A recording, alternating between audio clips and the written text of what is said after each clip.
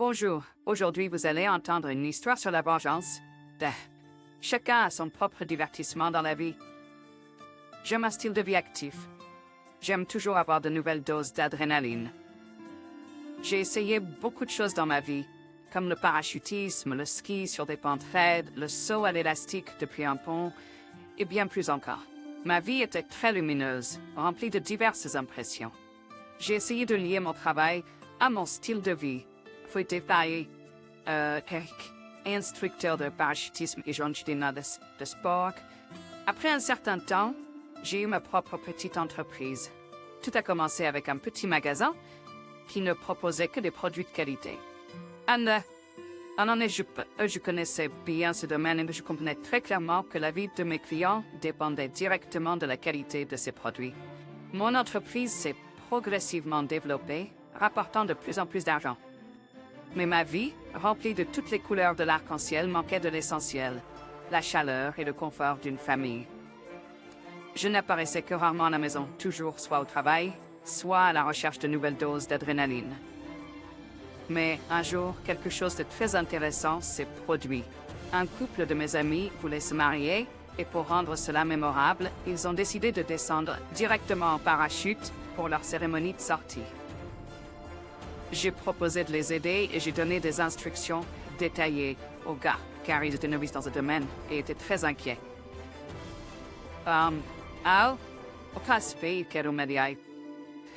Ils se souviendront de ce vol pour le reste de leur vie. Lors de cet événement, j'ai rencontré Meredith, une belle brune qui a conquis mon cœur. Meredith et moi sommes mariés depuis plus de 15 ans.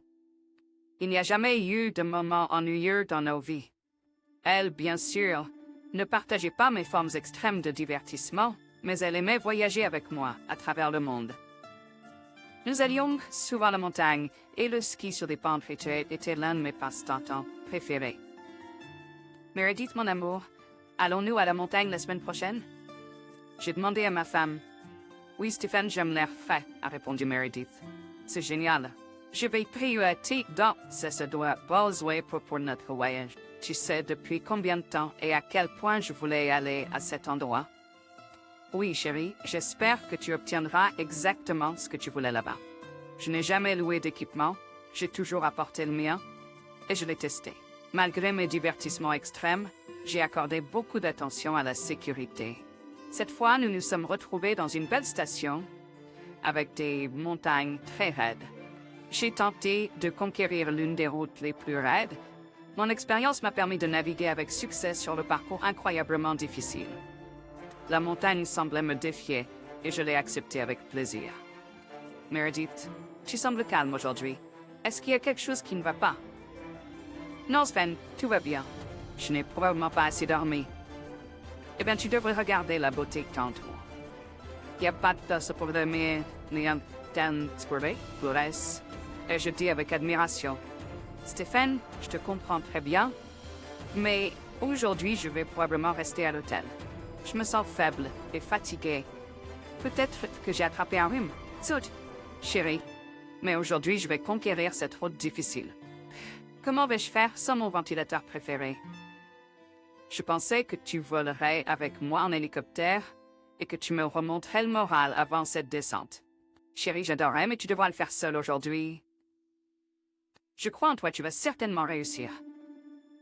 D'accord, mon amour. Alors attends-moi à la maison avec une victoire. Bien sûr, mon chéri, fais attention. D'accord, mon lapin, pas une merveilleuse matinée. Le soleil brillait intensément, mettant le feu au sommet enneigé et aveuglant par leur blancheur. Nous approchions de la pente que je devais conquérir en hélicoptère. Le temps est bon aujourd'hui, a dit Bradley, le pilote de l'hélicoptère qui m'a amené ici. Oui, Bradley, c'est une beauté incroyable. Ce sera un voyage merveilleux. Oui, Stephen, tu n'oublieras certainement pas cette descente, a dit Bradley avec un sourire. Je suis sûr que tu n'oublieras pas. Alors, Stephen, regarde, voici une balise de recherche. Elle nous y crappera où tu es. Si quelque chose ne va pas, tu peux appuyer sur ce bouton pour envoyer un signal de détresse et nous te trouverons. Comprise, Bradley? Merci beaucoup. J'espère que ce ne sera pas nécessaire. Bien sûr, ce ne sera pas nécessaire. Stéphane, tu es un professionnel. Je t'admire, mais laisse-le avec toi. D'accord, Bradley, tu peux maintenant repartir. Je vais commencer à descendre. D'accord, Stephen, bonne chance à toi. Bradley s'est envolé en hélicoptère, me laissant seul sur le sommet enneigé. C'était une vue impressionnante. La pente était assez raide, mais j'étais complètement sûr de pouvoir la gérer. J'ai mis mes skis, je me suis préparé, et j'ai commencé à descendre la pente. C'était tout simplement incroyable. J'ai habilement évité les rochers et les falaises. Mais alors, quelque chose a mal tourné, mon attache de ski s'est cassée et je suis tombée, commençant à rouler sur la pente raide. Je ne sais pas comment j'ai survécu ou combien de temps j'ai roulé sur cette pente. J'ai frappé ma tête fort et j'ai perdu conscience. Quand je me suis réveillée, j'avais peur de bouger. J'ai compris que je n'aurais pas dû survivre à une telle chute. J'ai commencé à me passer lentement.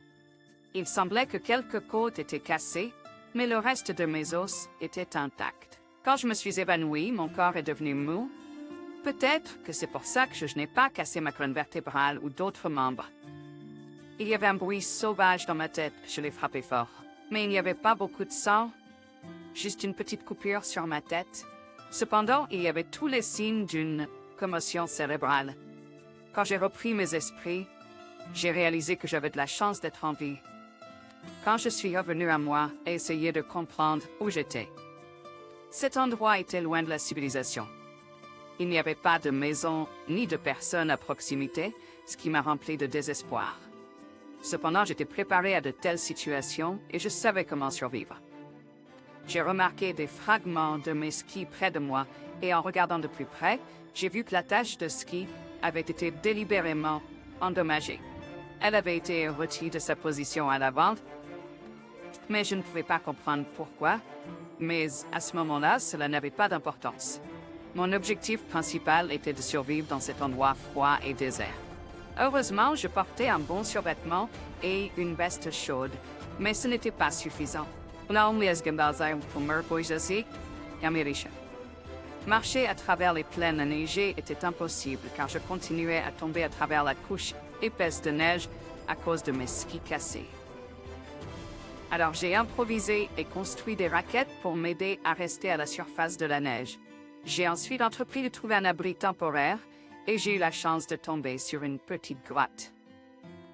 J'avais des allumettes avec moi, donc je n'ai pas eu à lutter pour faire un feu en frottant des bâtons secs. Enfin, j'ai pu construire un feu et me réchauffer. Cependant, il n'y a beaucoup d'hommes qui n'ont pas provision car je n'avais pas prévu de rester ici longtemps. J'ai fait fondre de la neige dans une petite tasse en fer pour étancher ma soif. Mon corps me faisait mal, couvert d'abrasions et de contusions. Il était difficile de respirer à cause de mes côtes cassées, mais j'avais un bandage élastique que j'ai utilisé pour envelopper étroitement mon torse. J'ai également sorti le balise que Bradley m'avait donné, mais elle ne fonctionnait pas. En ouvrant le panneau, j'ai réalisé qu'il n'y avait pas de source d'alimentation. J'ai compris que tout ça est planifié. Vous voulez me tuer et ça va avoir un accident clé. Mon seul espoir était d'atteindre l'endroit d'évacuation désigné et d'être secouru. Selon le navigateur, c'était encore quelques dizaines de milles. Cependant, ce serait un voyage difficile, dans le froid, sans ski et dans ma condition actuelle. Alors j'ai décidé de me reposer pour la nuit et de continuer sur la route le lendemain. J'ai trouvé une petite colline sans neige où de l'herbe sèche poussait. J'ai utilisé le foin pour construire un endroit pour dormir pour demi ou la nuit. Le lendemain matin, je suis parti avec les premiers rayons du soleil. Mon corps était en douleur atroce. Et c'était un combat pour marcher. Mais je n'ai pas abandonné mon objectif. Après avoir marché pendant longtemps, j'ai enfin atteint l'endroit d'évacuation désigné. Cependant, à ma grande déception, il n'y avait rien là-bas. Personne ne m'attendait et il n'y avait pas de base. C'était un endroit désolé et sauvage. J'étais perdu, ma force s'épuisant alors que je réalisais que mon espoir et mon but d'atteindre cet endroit étaient vains.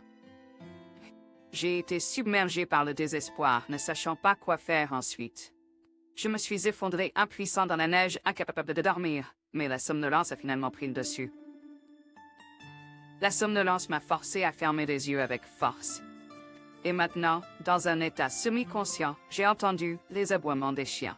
Je ne savais vraiment pas si cela me semblait ou si ce n'était pas des chiens, mais une meute de loups. Dans tous les cas, je n'avais plus la force de résister et je me suis évanouie. Quand j'ai rouvert les yeux, j'ai eu peur et j'ai voulu me lever brusquement, mais je n'ai pas pu. Mon corps était très faible. Chut, mec, chut. Quelqu'un m'a dit devant moi. Où suis-je? Je m'a dit. Ta maison. Tu as beaucoup de chance. Je ne vais pas souvent dans cette région, mais cette fois-ci, j'étais en train de conduire un traîneau avec des chiens en harnais et je t'ai remarqué. Pour être honnête, j'ai été surpris que tu sois encore en vie. Alors, considère-toi chanceux, c'est ton 2e anniversaire. Comment t'appelles-tu? Poshtep. Merci beaucoup de m'avoir sauvé la vie. Et David? Alors, comment tu t'es retrouvé dans cette situation? David a demandé. J'ai décidé de faire une promenade, mais tout ne s'est pas déroulé comme prévu. Oui, j'ai remarqué. J'ai vu ton émetteur. Celui qui te l'a donné ne voulait clairement pas que tu survives. Je sais, David, mais je ne comprends pas pourquoi c'était nécessaire. Eh bien, je ne peux te donner qu'un seul conseil. Fais attention aux personnes les plus proches de toi. Crois-moi, ça pourrait être l'une d'entre elles. Merci pour le conseil, David. Je suis resté avec David pendant quelques jours et j'ai décidé de rentrer chez moi. Je suis rentré en secret, je n'étais pas pressé de me montrer. J'ai lentement approché de ma maison. L'ennust est ouverte. Je passais déjà à vouloir rentrer chez moi et rendre Meredith heureuse. Elle était la seule personne en qui je n'avais pas de doute. Mais soudain, j'ai entendu Meredith répondre au téléphone. « Allô? Oui, mon cher? Quoi? Oui, je suis en train de récupérer les affaires de Stephen. »« Oui, mon amour, bien sûr que je viendrai, » a répondu Meredith. Ça m'a juste choqué. Une sueur froide a éclaté sur mon front. À qui parlait-elle si doucement? J'ai changé d'avis et j'ai décidé de suivre Meredith. J'avais un terrible sentiment de trahison. Je suis remonté dans la voiture, j'ai commencé à attendre. Bientôt, Meredith a quitté la maison et est montée dans sa voiture. Je l'ai suivi. Nous sommes arrivés devant une maison privée. Meredith est prête à être. Je me suis approché de la maison et j'ai regardé autour. Il y avait une autre entrée dans la cour arrière. La porte n'était pas verrouillée et je suis entré prudemment dans la maison. Soudain, j'ai entendu des voix dans l'une des pièces. Mon instinct m'a dit de prendre mon téléphone et de tout filmer ce qui se passait. Je me suis approché prudemment de la porte et j'ai glissé mon téléphone dans la fente de la porte entrouverte. Bradley, je n'arrive toujours pas à me calmer. Est-ce une survie? Et si nous soupçonnent de quelque chose? Vont-ils le trouver? Meredith, ne t'inquiète pas. Tout est parfaitement préparé. J'ai cassé sa fixation de ski. Il n'aurait pas survécu à la descente d'une montagne aussi raide. Le balise ne fonctionne pas non plus. Il n'avait tout simplement aucune chance de s'en sortir vivant. Et ça prouve qu'il n'est toujours pas rentré. Et personne ne l'a trouvé. Il a passé tellement de temps dans ce froid, au milieu de la nature sauvage, il est tout simplement impossible de survivre, même pour une personne entraînée. Tu aurais dû voir cette pente. Oui, il s'est cassé le cou là-bas, et il est déjà sous une tonne de neige. Personne ne le trouvera là-bas. C'est un accident. Nous avons planifié cette affaire pendant des mois afin que personne ne se doute de rien. Alors ne t'en fais pas. Bientôt, tu seras officiellement veuve et tu recevras toute la propriété de Stephen. Et son cadavre restera allongé dans la neige. C'est bien que ça se soit passé comme ça. J'attends avec impatience le moment où je posséderai enfin tout son domaine. Peut-être que seulement après ça, je pourrai me calmer. Meredith a répondu avec anxiété. Je connais encore un bon moyen de t'aider. Dis assurément, mon cher. Bradley a dit avec excitation en enlevant la culotte de Meredith. Puis je n'ai plus pu tenir et j'ai éclaté dans la pièce. Alors je ne survivrai pas, c'est ça? Oui, allez vous faire foutre, salope. Je suis plus vivant que tous les vivants. J'ai crié, attrapé Bradley et l'ai jeté contre le mur, ce qu'il a perdu connaissance. Stephen, es-tu vivant? Stephen, comme toi, t'as tout mal compris. Meredith a crié. Ferme ta bouche, menteuse. J'ai crié et j'ai donné un bon coup de poing à Meredith, qui l'a aussi assommé.